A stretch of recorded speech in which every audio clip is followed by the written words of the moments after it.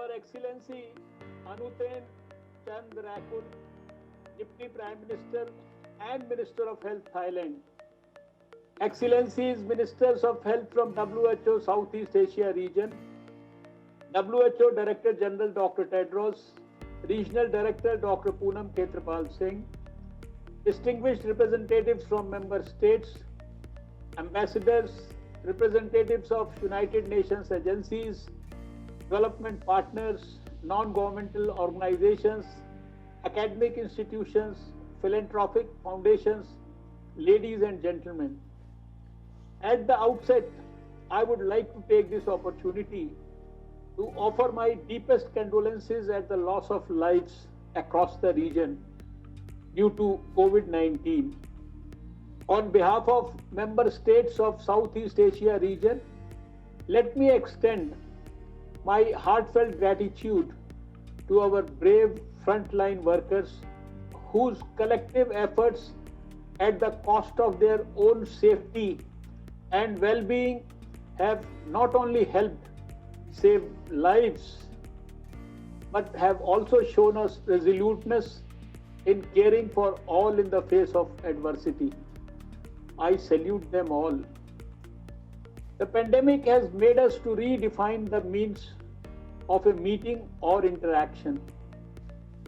Although it would have been a pleasure to meet with you all in person in beautiful and hospitable Thailand for our annual interchange of ideas and insights into the regional health issues, benefiting from the interactions with public health leaders, experts, and partners.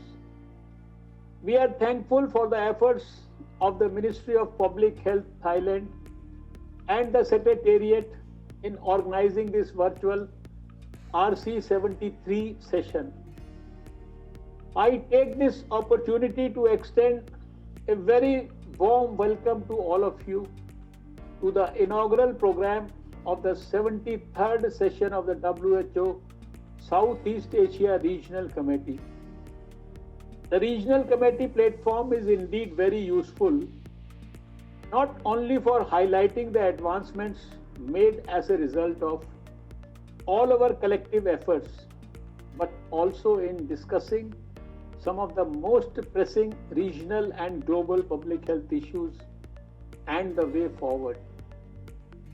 Despite challenging circumstances, our common goal of health for all unites us all, even from thousands of miles away. And this very goal will drive our discourse on regional health issues today. And I genuinely look forward to the day when we can all meet each other physically and safely, and possibly sometimes in the near future, so that we can take our agenda forward and share our learnings with each other. Southeast Asia region, with its 11 member states, represents a quarter of the world's population. Therefore, strengthening the healthcare systems of the member states of the region and monitoring and sustaining the outcomes achieved across all levels will not only be key to achieving both the triple billion target and sustainable development goals, but will also have long-term implications for improving the state of the global health. Excellencies, this unprecedented pandemic has significantly impacted our healthcare systems as well as the people. As we continue to lead the war against COVID-19 effectively in the region, sharing of the best practices through such important virtual platforms helps us to learn from each other and to further improve our healthcare systems and response. The challenges faced by member states of WHO Southeast Asia region today as a result of the ongoing health and economic crisis demand strong collaborative partnerships and a collective responsibility to act in order to mitigate the risks imposed by the pandemic. I look forward to the deliberations in the ministerial roundtable and the useful, people-friendly outcomes of this regional committee session. Lastly, I take this opportunity to express my support to colleague health ministers and member states of WHO Southeast Asia region.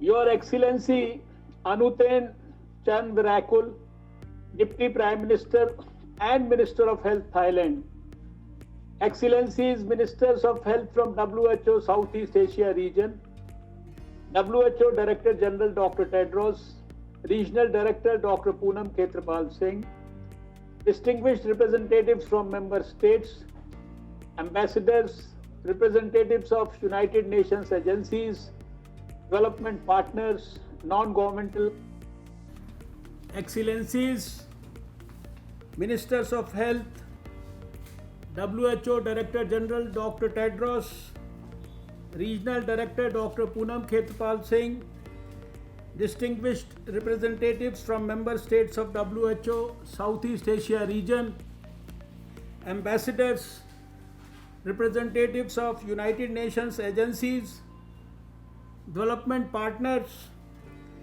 non-governmental organizations, academic institutions, philanthropic foundations, ladies and gentlemen,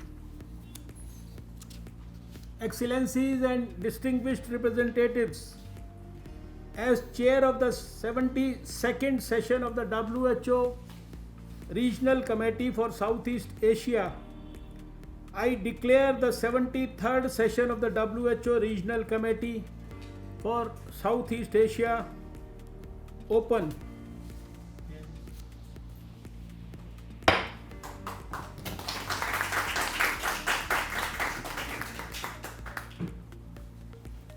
It is my pleasure to extend a warm welcome to all of you to the 73rd session of the WHO Regional Committee for Southeast Asia.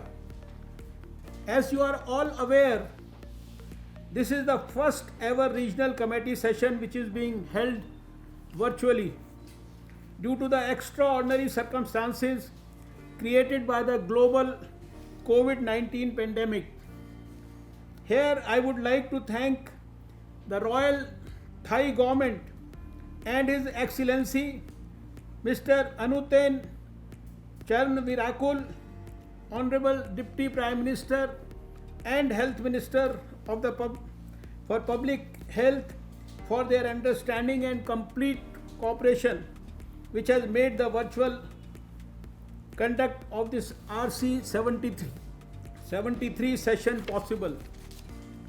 From the very beginning, Honorable Deputy Prime Minister and Minister of Public Health personally and the Ministry of Public Health, Royal Thai Government have shown extraordinary leadership in not only contributing and combating the pandemic but also swiftly adjusting to the new normal and arranging the virtual regional committee session to ensure continuity of businesses and governance in WHO Southeast Asia region. Distinguished delegates, it was very important to hold the regional committee session since this annual general body edition of the region which has helped the member states in bringing forward and addressing important public health issues of our region and respective countries. It is also a forum which enhances collaboration amongst countries of the region, enabling us to respond to emergent public health challenges in a more effective manner. I also take this opportunity to thank the Regional Director Dr. Poonam Khetrapal Singh for her strong leadership and continuous support to member states right from the very beginning of the outbreak. We are all aware that the emphasis placed by her on collective regional flagship priorities and country level action has seen this region continue essential health services and achieve many recent successes despite the strain imposed by the pandemic response. I am sure that WHO will continue to strengthen collaborative programs in countries of the region and provide necessary technical assistance to improve public health, especially in the regional flagship areas including emergency risk management. Distinguished representatives, WHO's technical support in the countries of the region have made an immense contribution towards the response to the COVID-19 pandemic and also in continuing the essential health services. I am sure we all appreciate the work of the regional director and her team. As you are aware, our discussions will span 2 half-day sessions between 11 a.m. to 3 p.m. Bangkok time today and tomorrow. The provisional agenda for the virtual session of the regional committee includes several items, including discussions under agenda item 5, key addresses and report of the work of WHO, and the agenda item 6, ministerial roundtable on COVID-19. Before we start the proceedings, I hand over the floor to the Secretariat to make administrative announcements, if any. Distinguished representatives, let us now take up the agenda item 2, that is the election of the office bearers. First, let us elect the chairperson. The distinguished representatives are invited to propose the chairperson for the 73rd session of the WHO Regional Committee for Southeast Asia. I give the floor to Her Excellency Ms. Dachen Wangmo, Honorable Minister of Health, Royal Government of Bhutan. The name of His Excellency Mr. Anutin Charnvirakul, Honorable Deputy Prime Minister and Minister of Public Health, Royal Thai Government, has been proposed as chairperson for the 73rd session of the Regional Committee by the Royal Government of Bhutan as chairperson for the 73rd session of the WHO Regional Committee for Southeast Asia. Any observations from anybody?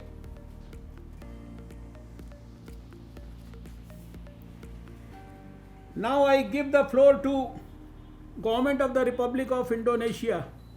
Thank you for seconding the proposal, Republic of Indonesia. Are there any further observations?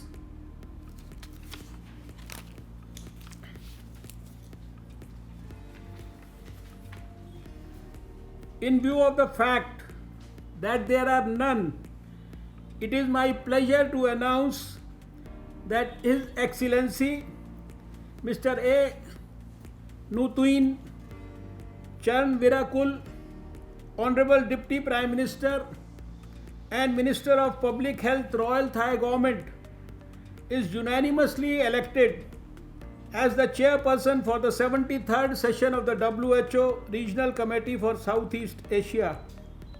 I thank you all for your cooperation and support.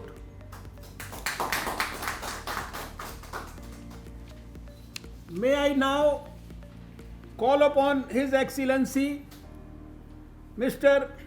Anutin Charnvirakul, Honorable Deputy Prime Minister and Minister of Public Health, Royal Thai Government, to please take the chair and conduct the proceedings as chairperson for the 73rd session of the WHO Regional Committee for Southeast Asia.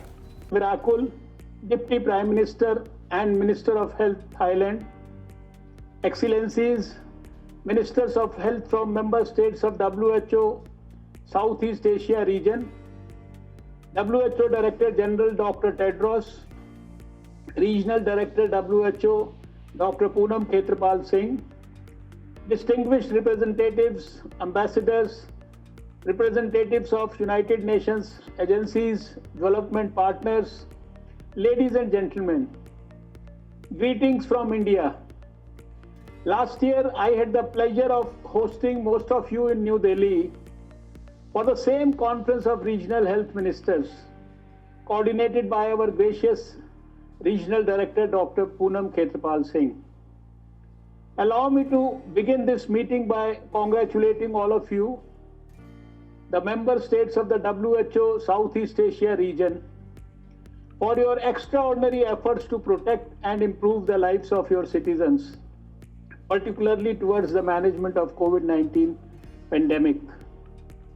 The COVID-19 pandemic has underscored the fact that the world is a global village where all lives are intertwined, and to win, we must collaborate and fight as one.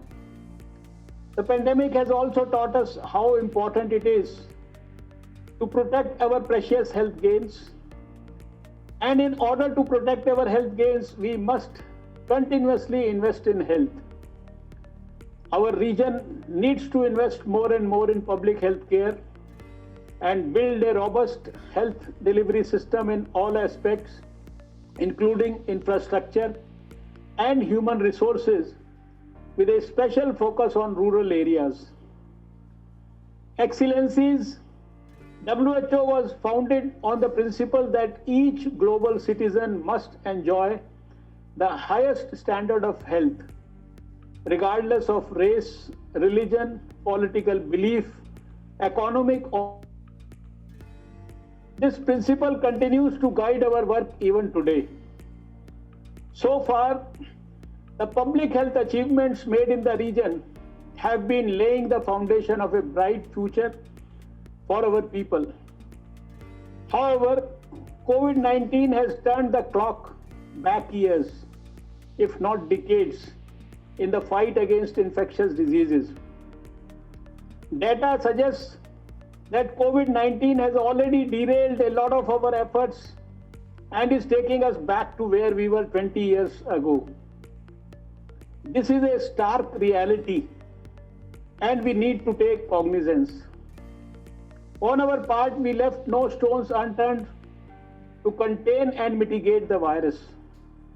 I would say that India has responded well to the challenges posed by COVID-19, guided by our Honorable Prime Minister, Mr. Narendra Modi. We have been doing our best and shall continue to do so. We believe in delivering results in line with the Sustainable Development Goals laid down, as well as the regional flagship programs defined for us. On each of them, we have strategized to deliver as per the guidelines and targets. India's commitment to sustain its health goals is reflected in the National Health Policy 2017, which aims to provide affordable health care for all citizens of India. We launched our most ambitious health program called Ayushman Bharat in 2018, marking a significant milestone on the road towards universal health coverage. Ayushman Bharat is also the world's largest government-sponsored free healthcare insurance program. It rests on twin pillars: the creation of 150,000 health and wellness centers to deliver comprehensive primary health care, and the other component called the Pradhan Mantri Jan Arogya Yojana, PMJ, for secondary and tertiary care to 100 million families covering 500 million individuals. Work is in full swing to make this scheme a super success that the world may emulate. There have been many other significant achievements like the elimination of poliomyelitis, maternal and neonatal tetanus and yaws, as well as considerable reductions in maternal and newborn mortality. There are many other missions that we have launched full throttle, the most ambitious amongst these being the elimination of tuberculosis by 2025. 5 years ahead of the global target of elimination. We are equally committed to our missions dedicated to eliminate neglected tropical diseases like lymphatic filariasis and Kala Azar, which are big public health problems.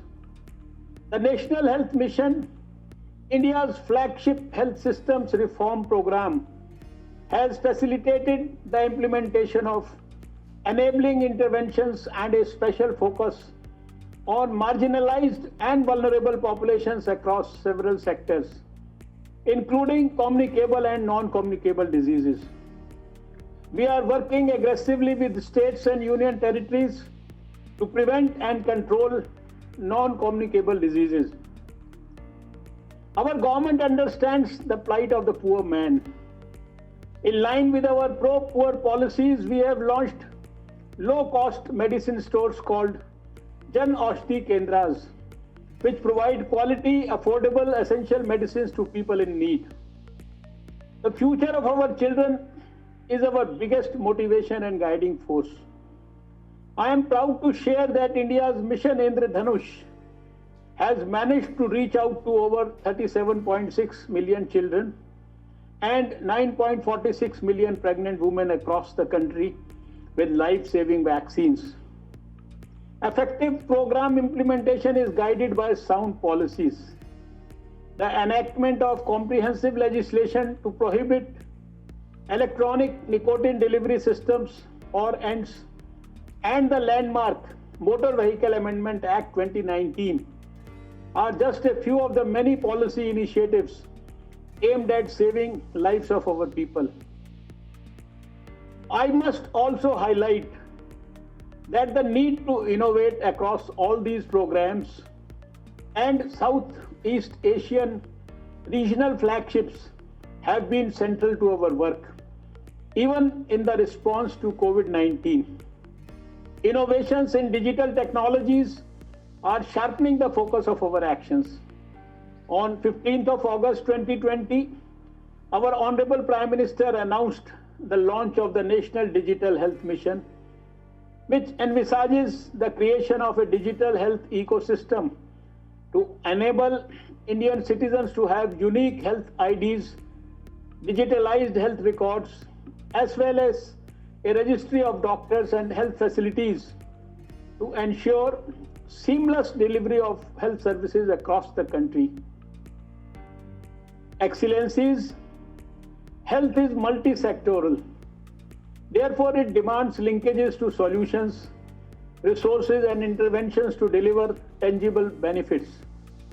The Swachh Bharat Clean India Mission, Housing for All by 2022, Nutrition Mission, Skill Development, Smart Cities, Eat Right India, Fit India, and many such multi-sectoral initiatives have been launched, which are bringing us dividends in terms of elevating the quality of life of our people.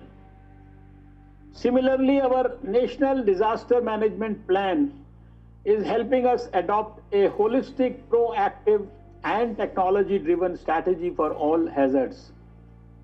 Excellencies, I would like to conclude by saying that investing in health is the biggest and the most important investment that a nation can make for its people. Fortunately, all of us who have gathered here today are in a position to influence and drive more investment into healthcare. We say that the COVID-19 pandemic has taken the world by surprise. The question is whether we have learnt our lesson. Let us be mindful of our earth, and it will be kind to us. There is no rainbow without rain. Remember that. I thank you all for allowing me the privilege to address this prestigious forum.